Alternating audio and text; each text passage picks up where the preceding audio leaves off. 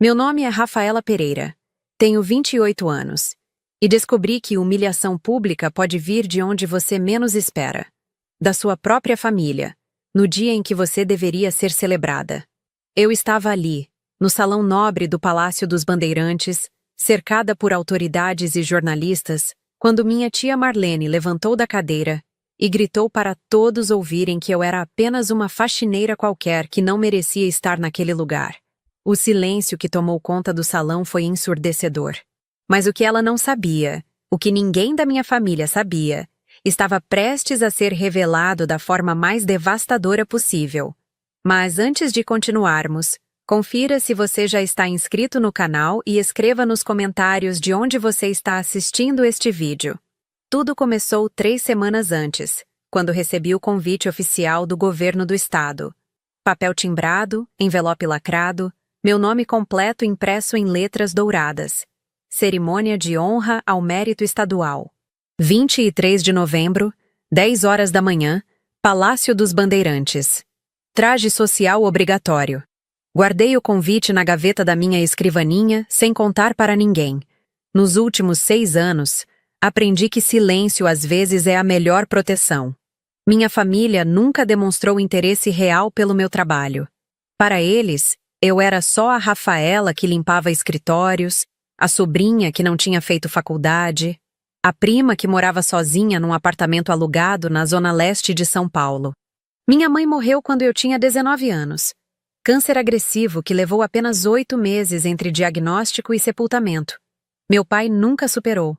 Começou a beber, perdeu o emprego na metalúrgica e 2 anos depois sofreu um derrame que o deixou parcialmente paralisado.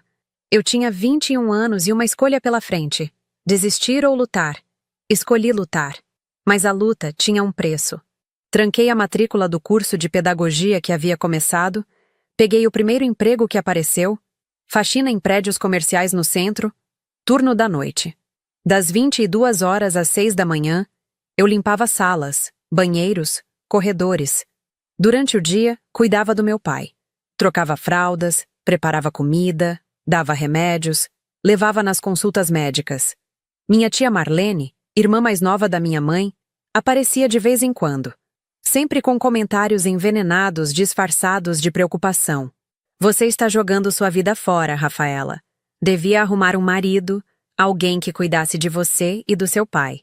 Ou então, que pena que você não conseguiu terminar a faculdade.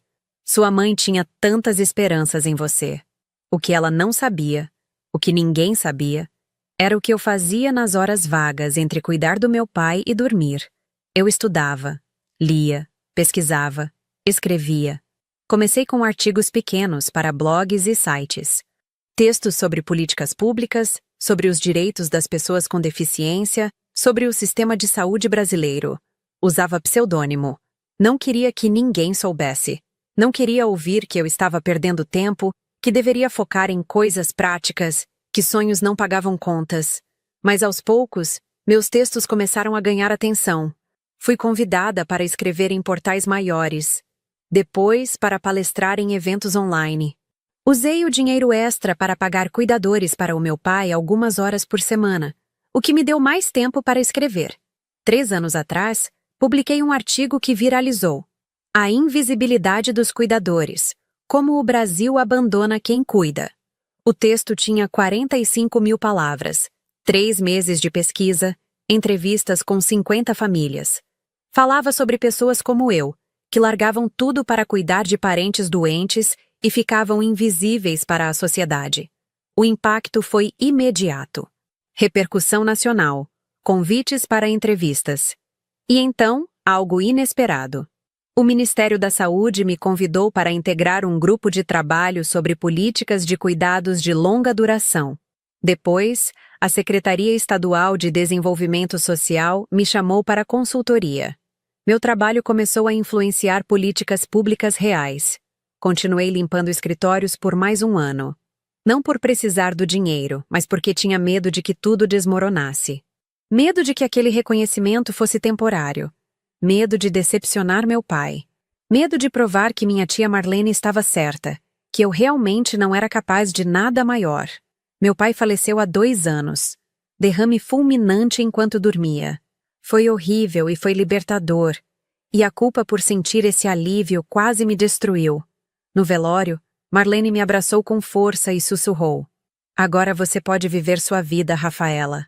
Pode parar de limpar chão e arrumar um emprego de verdade." Eu não respondi. Apenas acenei e voltei para casa. Uma semana depois do enterro, recebi um telefonema. Era da Secretaria de Direitos Humanos do Estado. Queriam me contratar como assessora especial para políticas de cuidados. Salário digno, benefícios, reconhecimento oficial. Aceitei na hora, mas não contei para ninguém da família.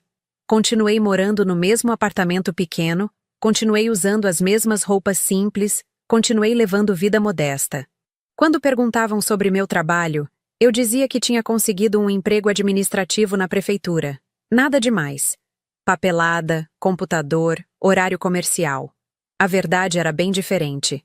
Nos últimos 2 anos, coordenei a implementação de 4 programas estaduais. Escrevi 3 artigos acadêmicos que foram publicados em revistas internacionais.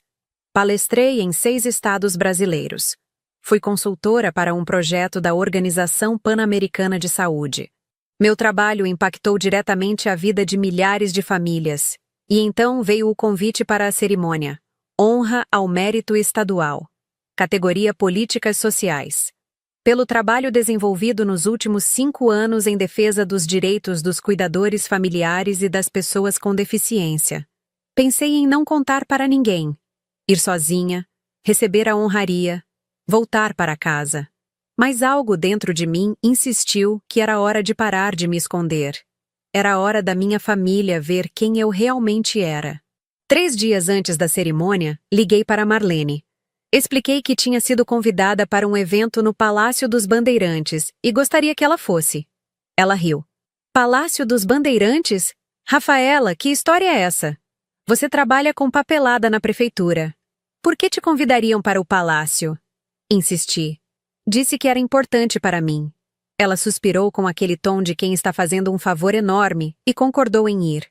Também convidei minha prima Letícia, filha da Marlene, e meu primo Daniel, filho do irmão do meu pai. Os únicos parentes próximos que me restavam. 23 de novembro, amanheceu com céu limpo e sol forte. Acordei às 6 da manhã. Tomei banho. Vesti o único terno que tinha. Azul marinho com blusa branca. Sapatos de salto médio que comprei especialmente para a ocasião. Olhei meu reflexo no espelho e vi uma mulher que eu quase não reconhecia. Decidida. Firme. Pronta. Cheguei ao palácio às 9h15. A segurança conferiu meu nome na lista. Me entregou um crachá especial com fita vermelha e me direcionou ao salão nobre. O lugar era imponente. Teto alto, lustres de cristal, retratos de governadores antigos nas paredes. Cerca de 200 cadeiras dispostas em fileiras. Um palco decorado com a bandeira do estado e flores brancas. Marlene, Letícia e Daniel chegaram às 9h40. Minha tia usava um vestido floral chamativo e óculos escuros enormes. Letícia estava grudada no celular. Daniel parecia desconfortável com gravata. Rafaela, que lugar é esse? Marlene olhava ao redor com desconfiança. Por que estamos aqui? Que tipo de evento é esse? É uma cerimônia de reconhecimento, respondi calmamente. Vão homenagear algumas pessoas. Reconhecimento de quê? Ela insistiu. Você conhece alguém importante aqui? Antes que eu pudesse responder, uma assessora se aproximou. Senhorita Pereira, por favor, venha comigo. Os homenageados ficam na primeira fileira. Marlene me agarrou pelo braço. Homenageados? Rafaela, do que ela está falando? Depois eu explico, tia. Por favor, sentem ali. Apontei para cadeiras no meio do salão. A expressão no rosto dela era de confusão total, mas ela obedeceu. Segui a assessora até a primeira fileira, onde outros 7 homenageados já estavam sentados. Um médico que desenvolveu tratamento inovador para a dengue. Uma professora que alfabetizou mais de 500 pessoas adultas em comunidades carentes. Um bombeiro que salvou 17 vidas em enchentes. Pessoas extraordinárias. E eu estava ali com eles. O salão encheu rapidamente. jornalistas, fotógrafos, secretários estaduais, deputados, empresários. Às 10 horas em ponto, o governador entrou acompanhado de sua equipe. Todos se levantaram. Ele acenou, sorriu, caminhou até o palco. A cerimônia começou com um hino nacional. Depois, discursos. O governador falou sobre a importância de reconhecer cidadãos que fazem diferença, sobre como pequenas ações transformam sociedades, sobre orgulho paulista e compromisso com o bem público. Olhei para trás discretamente.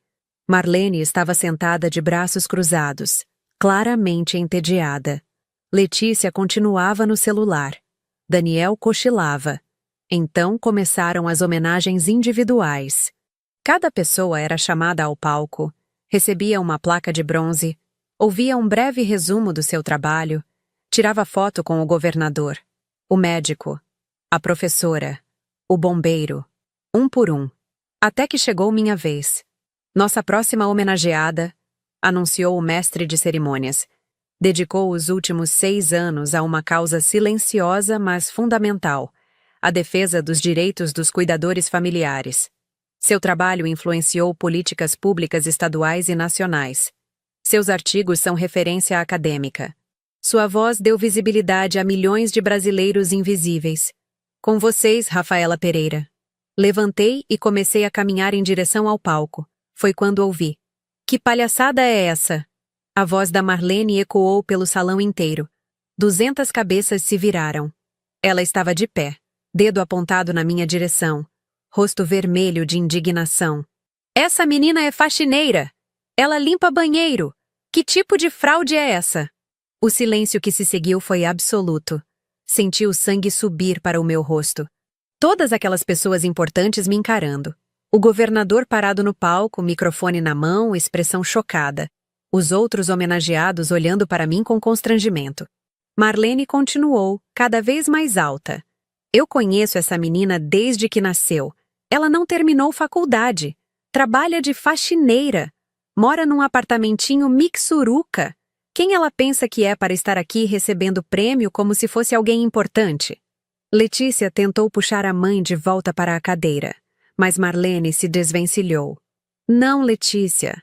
Alguém precisa falar a verdade. Isso aqui é mentira. Ela é uma impostora. Minha mente travou. Anos de trabalho, de sacrifício, de silêncio, tudo desmoronando em questão de segundos. Senti vontade de correr, de desaparecer, de nunca mais olhar para ninguém ali. Mas então algo inesperado aconteceu. O governador desceu do palco. Não voltou para o microfone. Caminhou direto até onde Marlene estava, seguido por 3 seguranças. O salão inteiro observava em silêncio tenso. A senhora poderia repetir o que acabou de dizer? Sua voz era calma, mas carregava autoridade incontestável. Marlene, surpresa pela aproximação, gaguejou. Eu disse que essa menina é faxineira, que ela não deveria estar aqui recebendo prêmio nenhum, que isso é mentira. O governador olhou para ela por longos segundos. Depois se virou para os presentes e levantou a voz. Senhoras e senhores, lamento profundamente a interrupção, mas já que fomos confrontados com essa acusação pública, acho que todos merecem ouvir a verdade completa. Ele voltou ao palco, ajeitou o microfone e sua voz encheu o salão. Rafaela Pereira não é apenas uma homenageada hoje. Ela é uma das pessoas mais importantes no desenvolvimento das políticas sociais deste estado nos últimos 5 anos. O governador continuou, sua voz ecoando pelo salão nobre. Rafaela coordenou a implementação do Programa Estadual de Apoio aos Cuidadores Familiares, que atende hoje mais de 30 mil famílias paulistas. Escreveu o projeto de lei que criou auxílio financeiro para cuidadores de baixa renda, aprovado pela Assembleia Legislativa no ano passado.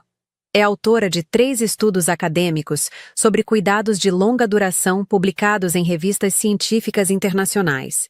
Marlene tinha ficado pálida. Letícia largou o celular. Daniel acordou completamente. Além disso, o governador pegou uma pasta que um assessor lhe entregou. Rafaela foi consultora do Ministério da Saúde no desenvolvimento das diretrizes nacionais de cuidados domiciliares. Foi palestrante convidada no terceiro Congresso Latino-Americano de Políticas Sociais em Buenos Aires. Recebeu menção honrosa da Organização Pan-Americana de Saúde pelo artigo A Invisibilidade dos Cuidadores, que influenciou políticas públicas em 7 países da América Latina. Ele fechou a pasta e olhou diretamente para Marlene. Então sim, senhora. Rafaela Pereira trabalhou como faxineira. Trabalhou limpando escritórios durante a noite enquanto cuidava sozinha de seu pai doente durante o dia.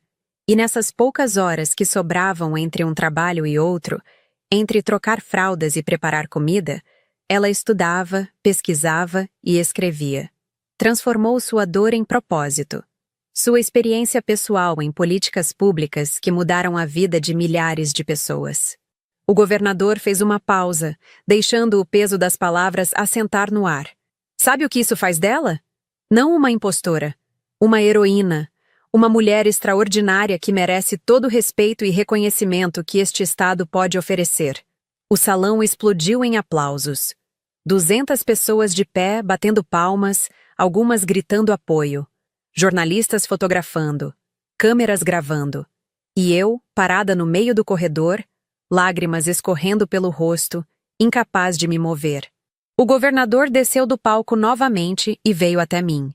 Estendeu a mão. Venha, Rafaela. Vamos terminar o que começamos. Segurei sua mão e deixei que me guiasse até o palco. Minha visão estava embaçada pelas lágrimas, mas consegui ver Marlene ainda de pé, boca aberta, rosto mortificado. Letícia chorava. Daniel tinha a cabeça entre as mãos. No palco, recebi a placa de bronze. Peso sólido nas minhas mãos. Meu nome gravado em letras douradas. Honra ao mérito estadual. Rafaela Pereira, Políticas Sociais, 23 de novembro. O governador se inclinou e sussurrou no meu ouvido. Seu trabalho salvou minha família. Minha mãe tem Alzheimer. Meu pai é o cuidador principal. O programa que você criou deu dignidade e apoio para eles. Eu quem deveria estar te agradecendo. Não consegui responder. Apenas acenei, limpei as lágrimas e deixei os fotógrafos tirarem as fotos oficiais. Quando a cerimônia terminou, tentei sair rapidamente pela porta lateral. Não queria confronto. Não queria explicações. Queria apenas ir para casa e processar tudo o que tinha acontecido. Mas Marlene me encontrou no corredor. Estava sozinha. Letícia e Daniel tinham ido embora. Rafaela, eu não sabia. Sua voz estava quebrada, mãos tremendo. Por que você nunca contou? Por que deixou todo mundo pensar que você era... que eu era só uma faxineira? Completei a frase para ela. Porque eu era uma faxineira, tia Marlene. E não tem nada de errado nisso. O problema nunca foi o meu trabalho. O problema sempre foi o seu julgamento. Ela tentou tocar meu braço, mas recuei. Você me olhava como se eu fosse um fracasso. Como se cuidar do meu pai fosse desperdício de vida. Como se trabalhar honestamente para pagar contas fosse motivo de vergonha. Então decidi que você não merecia saber quem eu realmente era. Mas eu sou sua tia, sua família.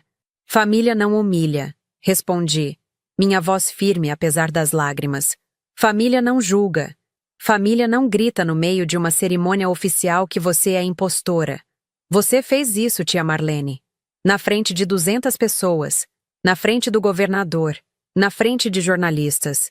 Você tentou me destruir porque não conseguia aceitar que eu fosse mais do que você imaginava. Eu peço desculpas. Ela estava chorando agora. Por favor, Rafaela, me perdoa. Respirei fundo. Eu vou pensar no seu pedido de desculpas, mas agora preciso que você vá embora. Tenho entrevistas para dar, pessoas para agradecer, um trabalho para continuar. Diferente do que você pensava, eu tenho uma vida importante, e não preciso da sua aprovação para vivê-la. Marlene saiu sem dizer mais nada. Seus passos ecoaram pelo corredor vazio até desaparecerem completamente. Voltei ao salão nobre. Várias pessoas me esperavam. Jornalistas queriam entrevistas. Outros homenageados queriam me parabenizar. O secretário de Desenvolvimento Social me convidou para um projeto novo. Uma deputada estadual perguntou se eu teria interesse em assessorá-la. Passei as próximas 3 horas conversando, explicando meu trabalho. compartilhando histórias. E pela primeira vez em anos, não escondi nada. Falei sobre meu pai, sobre as noites limpando escritórios, sobre os dias difíceis, sobre a solidão, sobre a luta. Falei com orgulho, com honestidade, com a cabeça erguida. Quando finalmente saí do palácio, já eram 5 da tarde. O sol começava a se pôr, pintando o céu de laranja e rosa. Peguei o metrô para casa, ainda usando meu terno azul marinho, a placa de bronze pesada dentro da bolsa. No vagão lotado, uma mulher idosa me cedeu lugar. Moça, você está com cara de cansada. Senta aqui. Agradeci e sentei. A placa bateu na minha perna. Peguei ela, passei os dedos pelas letras gravadas. Meu nome, meu trabalho, meu reconhecimento. Pensei em tudo que tinha passado para chegar até ali.